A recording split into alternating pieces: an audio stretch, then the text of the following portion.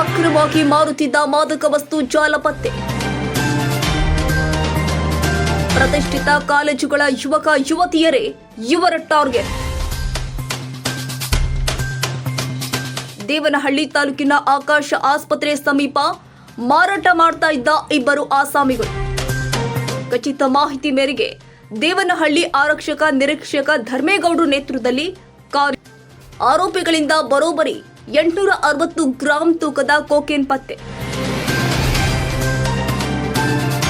ಸುಮಾರು 80 ಲಕ್ಷದಿಂದ 1 ಕೋಟಿ ಬೆಲೆ ಬಾಳುವ ಕೊಕೇನ್ ಪತ್ತೆ.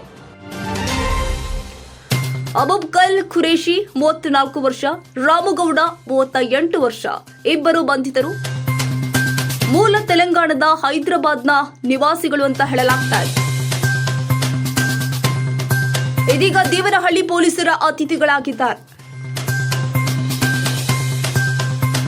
ಯಶಸ್ಸು ವಿದ್ಯಾಕೇಂದ್ರ 2024-25ನೇ ಸಾಲಿನ ಪ್ರವೇಶಾತಿ ಪ್ರಾರಂಭವಾಗಿದೆ.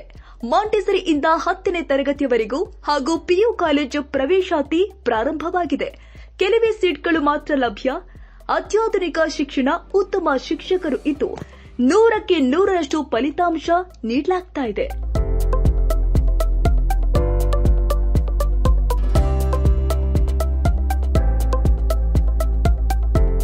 ಒಮ್ಮೆ ಭೇಟಿ ಕೊಡಿ. ಯಶಸ್ಸು ವಿದ್ಯಾಕೇಂದ್ರ ಮತ್ತು ಪಿಯು ಕಾಲೇಜ್, ಸೋಮಶೆಟ್ಟಿಹಳ್ಳಿ ಮತ್ತು ಮಾರುತಿನಗರ, ಚಿಕ್ಕಬಾಣವಾರ, ಬೆಂಗಳೂರು.